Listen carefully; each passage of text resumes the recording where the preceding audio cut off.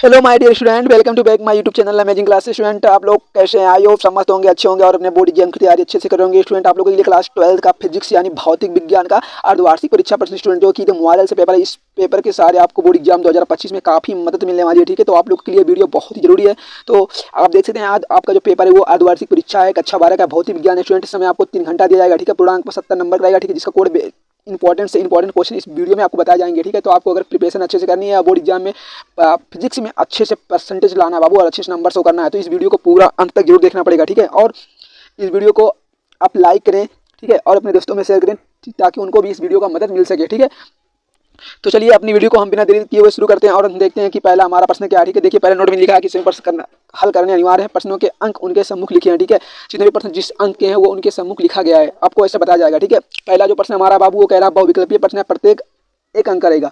तो हमारा पहला यानी कितना नंबर जो क्वेश्चन है वो हमारा क्या कह रहा है स्टूडेंट, वो है कि निम्नलिखित में से कौन सा विद्युत क्षेत्र का मात्रक नहीं है। तो स्टूडेंट कौन सा मात्रक विद्युत क्षेत्र का मात्रक नहीं है बाबू, तो वो क्या बाबू हमारे जानते हैं, जूल कूलम। ऑप्शन नंबर जो हमारा सा वाला है वो राइट आंसर है बाबू। आप लोग ऐसे आप अच्छे से पढ़ेंगे। ठीक है, इस प्रश्न को आप इसकी परिभाषा से विद्युत क्षेत्र की परिभाषा से निकाल सकते हैं। विद्युत क्षेत्र की परिभाषा क्या होती है स्टूडेंट, तो किसी एकांक परीक्षा आवेश पर लगने वाले बल को विद्युत क्षेत्र कहते हैं। ठीक है, इंपॉर्टेंट सा प्रश्न है, विद्युत क्षेत्र होता है बाबू, आप लोग अच्छे से तो प्रिपरेशन कर लेंगे। खा वाला जो प्रश्न तुम्हारा है वो कह रहा है ई बराबर 0 वाले विद्युत क्षेत्र में विभव बी की दूरी आर के साथ परिवर्तन होगा। ठीक है, तो आप लोग इनमें से एक जो चुन लेंगे, जो आपका राइट आंसर होगा उस पर आप टिक करेंगे। ठीक है, वो आपका सही आंसर हो जाएगा।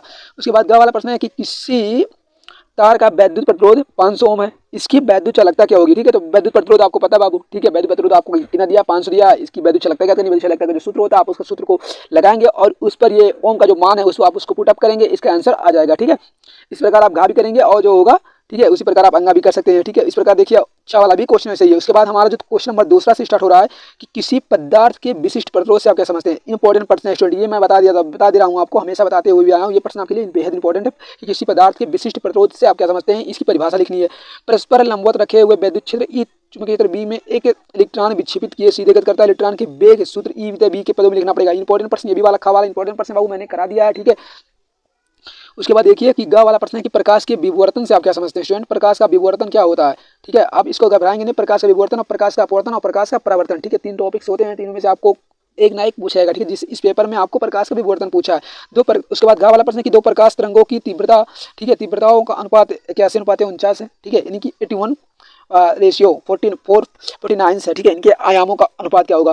ठीक है, ये देखिए एक नंबर का प्रश्न आपका, ये नंबर से यहाँ से कंप्लीट हो रहा है। उसके बाद देखिए जो तीसरा नंबर हमारा क्वेश्चन बनेगा बाबू, वो कह रहा है एक सीधे लंबे तार से इतना सेंटीमीटर दूरी पर चुंबकीय क्षेत्र की तीव्रता इतना टेस्ला है, तार का वैद्युत धारा ज्ञात करना है। इंपॉर्टेंट प्रश्न है, आप लोग को अच्छे से कर सकते हैं। ठीक है, उसके बाद देखिए यहाँ कि दिखाइए कि 1 अंडर रूट में म्यू नॉट साइन नॉट की बीमा बेग के समान है। ठीक, ये इंपॉर्टेंट प्रश्न मैंने करा दिया है बाबू। ये हमारा प्रश्न जो है वो हमारे यूट्यूब चैनल पर पड़ा हुआ है। ठीक है, तो मैंने बहुत अच्छे से कराया है। इसका जो नाम है वो चुंबकशीलता और विद्युतशीलता में संबंध है, इससे भी प्रश्न पूछता है बाबू, कभी कभी ऐसे भी पूछता है। ठीक है, मैंने इस प्रश्न में ये भी बताया कि इस प्रश्न का जो पूछने का रवैया है, इनकी जो रुतबा है अलग अलग है। ठीक है बाबू, तो जो घा वाला है, ठीक है, ये प्रश्न मैंने करा दिया है। ठीक है, खा वाला वो प्रश्न मैंने पहले करा दिया है। ठीक है, यहाँ से आपका 2 नंबर यहाँ से भी कंप्लीट हो जा रहा है। देखिए 2 नंबर यहाँ से आपका भी बन रहा है।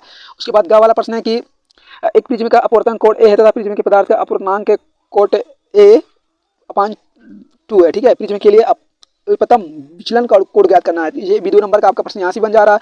इसी प्रकार आपका ये न्यूमेरिकल बन जाएगा। उसके बाद देखिए चौथा क्वेश्चन है कि कूलाम के नियम का सदिश रूप क्या होता है। इंपॉर्टेंट प्रश्न है, 3 नंबर का प्रश्न पूछा बाबू, कूलाम के नियम का सदिश रूप क्या है बाबू। तो ये आपके लिए आपसे पूछा भी जा सकता है, इंपॉर्टेंट प्रश्न भी है। ठीक है, ये हर साल पूछा जाता है। ये PYQ है। ठीक है, ये PY क्वेश्चन को आप इसको कह सकते हैं, आप इसको तैयार करके ही जाएंगे बोर्ड एग्जाम 2025 के लिए। जितने भी स्टूडेंट तैयारी कर रहे हैं और जिनके स्कूल में भी पेपर नहीं हुआ पे लिखा, वो भी इस वीडियो को अच्छे देखेंगे। ठीक है, और जो बोर्ड एग्जाम तैयारी कर रहे हैं उनके लिए तो बेहद जरूरी है ही, क्योंकि ऐसे ही प्रश्न आपको बोर्ड एग्जाम 2025 में 2025, ठीक है, 2025 बोर्ड एग्जाम में आपको देखने को मिलेंगे। ठीक है, उसके बाद देखिए खा वाला कि एक अनंत लंबाई के समान आवेशित तार का रैखिक आवेश घनत्व जो बाबू 10 × 10 के पावर 8 किलोमीटर है। तार में से 2 सेंटीमीटर दूर उत्पन्न विद्युत क्षेत्र की तीव्रता ज्ञात करनी है। इंपॉर्टेंट प्रश्न। ठीक है, आप लोग यहाँ 3 नंबर कंप्लीट हो रहा है। किरचॉफ के नियमों को परिपथ चित्र बनाना। ठीक, किरचॉफ का नियम वेरी इंपॉर्टेंट है। बी इंपॉर्टेंट बाबू, ये क्वेश्चन है। किरचॉफ का नियम हर साल पूछे जाने वाला क्वेश्चन है। यहाँ से 3 नंबर आप कंप्लीट हो रहा है। उसके बाद देखिए एक और न्यूमेरिकल है बाबू, उसी प्रकार घा वाला है कि कला संबंध स्रोत क्या है, विकिरण के स्रोतों का उल्लेख करना। 3 नंबर का इंपॉर्टेंट प्रश्न है। ठीक है, ये भी देख लेंगे आप।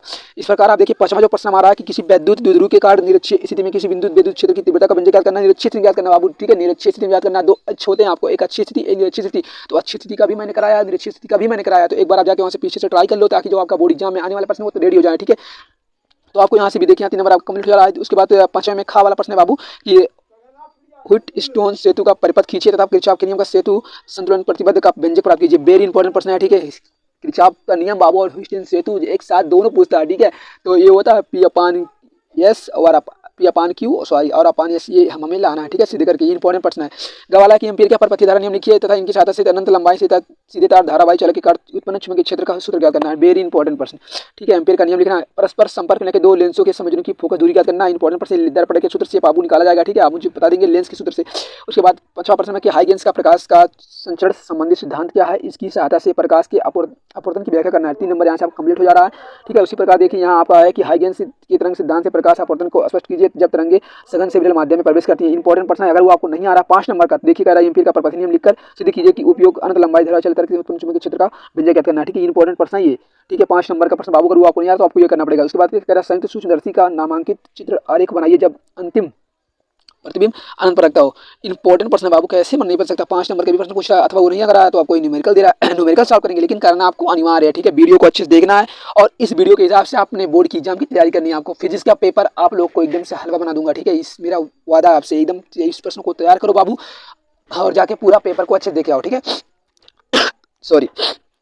उसके बाद कह रहा है कि क्वेश्चन नंबर तुम्हारा बाबू 8वां है कि गाउस का नियम लिखिए, ठीक है। गाउस का नियम लिखिए। इनकी सहायता से एक समान रूप से आवेशित अनंत विस्तार समतल चादर के निकट स्थित बिंदु पर विद्युत क्षेत्र की तीव्रता का व्यंजक प्राप्त करना है। अगर वो आपको नहीं आ रहा बाबू तो देखिए, वो या तो किसी संधारित्र की विद्युत धारिता की परिभाषा दीजिए, समांतर प्लेट के संधारित्र धारिता के लिए सूत्र निगमन कीजिए, जबकि किसी प्लेट के बीच आंशिक रूप से विद्युत पदार्थ रखा हो, ठीक है। इंपॉर्टेंट प्रश्न है, मैंने आपसे बताया था बाबू कि ये प्रश्न हमेशा पूछे जाते हैं। विद्युत चुम्बकीय प्लेट से आप क्या समझते हैं, विद्युत चुम्बकीय प्लेट की संबंधित सूची फ्राइडे का नियम लिखिए। इंपॉर्टेंट प्रश्न है, ठीक है। ये भी देखो मैंने आपसे बता दिया है, ठीक है। इस प्रकार आप पेपर की तैयारी अच्छे से करके जाएंगे, ठीक है। ऐसे ही प्रश्न बनेंगे बाबू, इससे बाहर एक प्रश्न नहीं जाता है, अब इससे आप सोच लो, ठीक है। गोली सतह पर प्रकाश अपवर्तन के लिए ये सूत्र का निगमन करना है, ठीक है। ये भी आपको लेंस से सूत्र से दिया गया है। तो इंपॉर्टेंट प्रश्न है इस प्रकार, ठीक है, सब है। इस प्रकार मैंने आपको क्लास 12 का फिजिक्स का पेपर यानी भौतिक विज्ञान का पूरा पेपर बता दिया, ठीक है। आई होप सबको अच्छे से समझ में आ गया होगा। और जितने भी भाई बहन मेरे यूट्यूब चैनल से नए हैं वो प्लीज़ मेरे चैनल को सब्सक्राइब कीजिए और अपने दोस्तों में इस वीडियो को शेयर कीजिए, ठीक है। अगर आप चैनल पर भी नए हैं बाबू तो चैनल को सब्सक्राइब कर लो और बेल आइकन यानी घंटी निशान को आप प्रेस करो ताकि इस तरह के जो लेटेस्ट वीडियो आप तक तुरंत पहुंचे, क्योंकि इस चैनल पर बाबू आपको केवल पेपर्स मिलेंगे, ठीक है। नोटिफिकेशन के साथ पेपर्स मिलेंगे, वही प्रश्न मिलेगा जो कि बोर्ड एग्जाम में फंसने वाला है, ठीक है। क्योंकि मैं बता रहा हूँ बाबू, असल में मैं नहीं बताऊंगा जो मुझे तैयार ना हो, जो मुझे आता है मैं उससे ज़्यादा कुछ नहीं बताऊंगा, ठीक है। चलिए मिलते हैं अगली वीडियो में, तब तक के लिए जय हिंद जय भारत और बिना टेंशन लिए अपने बोर्ड की तैयारी करते रहिए, ठीक है। Bye bye.